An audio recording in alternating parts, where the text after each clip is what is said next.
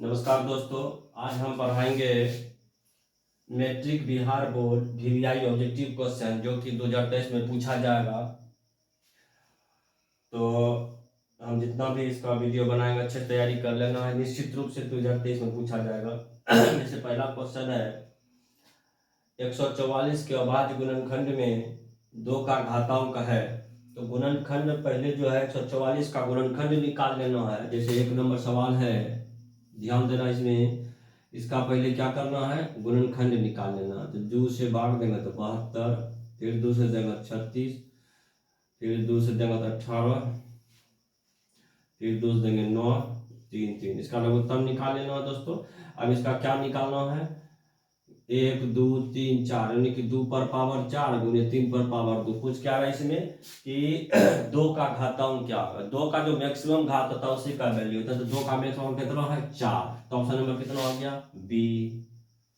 अब ध्यान देना अगला क्वेश्चन में कौन सा अपरिमेय संख्या है। अब सबसे पहले दोस्तों ये समझना होगा परिमेय संख्या किसको कहते हैं और अपरिमेय संख्या किसे कहते हैं।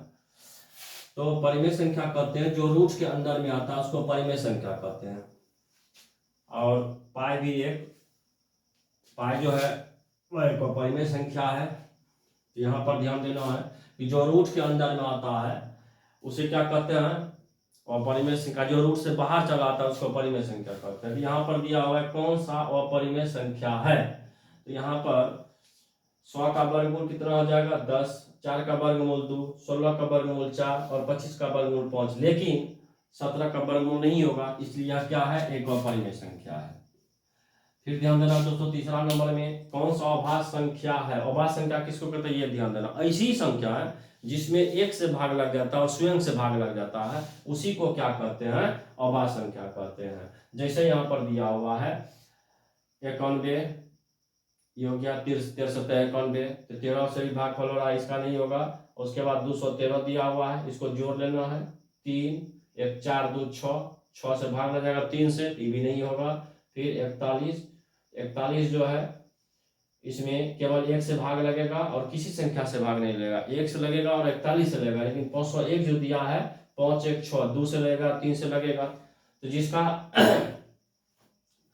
गुणनखंड 2 1 और स्वयं, इसका गुणन क्या 2 1 और स्वयं जो संख्या दिया हुआ था, इसका अभाज्य संख्या कौन हो जाएगा, सी नंबर। अब 4 नंबर सवाल पे ध्यान देना है। 2 लगातार संख्याओं का मौसम क्या होता है। लगातार संख्या मतलब हो गया जैसे कि 2 3, हम लेते हैं 2 3। सवाल नंबर 4 पे ध्यान देना है। जैसे लेते हैं 2 और 3, या फिर 3 और 4, या फिर 4 और 5। लगातार संख्या जब बोला जाता है तो 2 से 3 को भाग में कितना बार में खाएगा, एक बार में खाएगा। 3 से 4 में तो एक बार में खाएगा। इसे तो इसमें जो है तो 2 लगातार संख्याओं का जो मौसम होता है हमेशा क्या होता है, 1 होता है। अब अगला सवाल दोस्तों दिया 55 नंबर सवाल में कौन सा परिमेय संख्या है। परिमेय संख्या किसको कहते हैं, जो रूट से बाहर चला आता है। जैसे कि यहाँ पर 144 का वर्गमूल क्या होगा, 12 से 12 हो जाएगा। लेकिन ये जो 0 0 कटेगा 5 ये 10 हो जाएगा, तो 10 का वर्गमूल नहीं निकलेगा। फिर 32 का नहीं निकलेगा, फिर इसका रूट 5 दिया हुआ है। यहाँ पर क्या हो जाएगा, ऑप्शन नंबर ए हो जाएगा, जिसका कि परिमेय संख्या किसको कहते हैं, जो कि p/q के रूप में हो, यानी जिसका वर्गमूल निकल जाता है उसे परिमेय संख्या। जैसे कि मान लेते हैं 4 क्या है परिमेय संख्या, 2/3 परिमेय संख्या, रूट 4 वर्गमूल निकलेगा परिमेय संख्या है। शून्य भी क्या है, शून्य भी परिमेय संख्या है, क्योंकि शून्य से कुछ तो क्या होता है 1 लिख सकते हैं, जो कि p/q के रूप में आता है उसको हम परिमेय संख्या बोलते हैं। इसके नीचे कुछ तो क्या लिख सकते हैं, 1 लिख सकते हैं, तो परिमेय संख्या है। अब छठा नंबर में किसी पूर्णांक p के लिए प्रत्येक सम संख्या का रूप है। तो सम संख्या किसको कहते हैं दोस्तों, जिस संख्या में 2 से गुना उसको सम संख्या कहेंगे। कोई भी संख्या हम ले लेते हैं कोई भी संख्या हम ले लेते हैं, मान लीजिए 3 है, 3 क्या है विषम संख्या, 2 से गुना होकर कितना हो गया 6। मान लीजिए 5, ये विषम संख्या 2 से गुना क्या हो गया 6। अब मान लेते हैं हम लेते हैं p कोई भी संख्या 2 से गुना कर देते हैं, क्या होगा 2p यानी सम संख्या। या फिर 4 भी है 2 से गुना करेंगे, सम संख्या को 2 से गुना करेंगे तो क्या होगा 8 होगा, यानी कि सम संख्या को भी 2 से गुना करेंगे तो परिमेय संख्या होगा। सॉरी सम संख्या को भी 2 से गुना करेंगे तो क्या हो जाएगा, सम संख्या होगा। और विषम संख्या को भी 2 से गुना करेंगे तो वह क्या होगा, सम संख्या हो जाएगा। तो यहाँ पर ऑप्शन नंबर क्या होगा, जिस संख्या को 2 से गुना हो तो वह क्या होगा, सम संख्या हो जाएगा। अब नेक्स्ट सवाल दिया हुआ है 7 नंबर बहुपद x² - 11 शून्यक क्या होगा। शून्यक मतलब हो गया x का मूल निकाल लेना, जैसे दिया हुआ है 7 नंबर में मान लेता है एक्स स्क्वायर माइनस 11 बराबर 0, तो एक्स स्क्वायर क्या हो जाएगा 11, एक्स और क्या होगा रूट अंडर 11, यानी प्लस माइनस क्या होगा 11, यानी कि एक बार होगा 11 एक बार माइनस रूट 11। दोस्तों इस पर ध्यान देना है कि किससे मिल रहा है, ये मिल रहा है 11 माइनस 11, ऑप्शन नंबर क्या हो जाएगा डी हो जाएगा।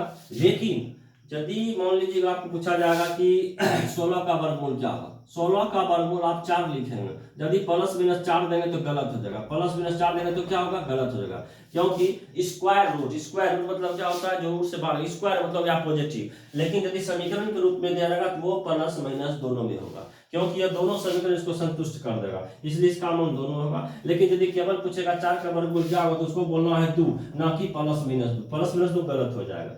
अब चलते हैं अगला सवाल में, 8 नंबर सवाल में।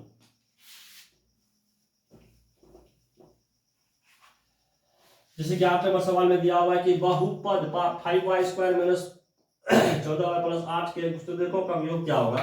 तो इस पर ध्यान देना दोस्तों कि फॉर्मूला योगफल शून्यंकों का योगफल, हम दो शून्य लेते हैं अल्फा और बीटा, इसका योगफल होता है माइनस बी बटे, तो माइनस बी मतलब यहाँ हो गया माइनस 14 बटे एक का मान कितना हो गया 5, तो यहाँ पर ध्यान देना एक माइनस पहले से, तो माइनस 14 बटे कितना होगा 5, माइनस माइनस कैंसिल यानी कि 14 बटे 5। अब ध्यान देना इसमें माइनस 14 ऑप्शन ये हो गया। यदि मान लीजिए पूछ देता शून्यंकों का गुणन क्या होता है, गुणनफल क्या होता है सी बटे 1, यानी सी का मान कितना यहाँ पर है, तो सी का मान दिया हुआ 8 बटे कितना हो जाएगा 5। यदि योगफल पूछेगा तो ये और गुणनफल पूछेगा तो ये। तो इसी तरह से जो है दोस्तों अगले वीडियो में फिर हम मिलते हैं, इसमें जितना भी इंपॉर्टेंट सवाल है, जितना भी इंपॉर्टेंट ऑब्जेक्ट पूछा जा सकता है परीक्षा में, उसको हम एक एक सवाल आपको बताएंगे, बढ़िया से रिवाइज कर लेना इसको। धन्यवाद।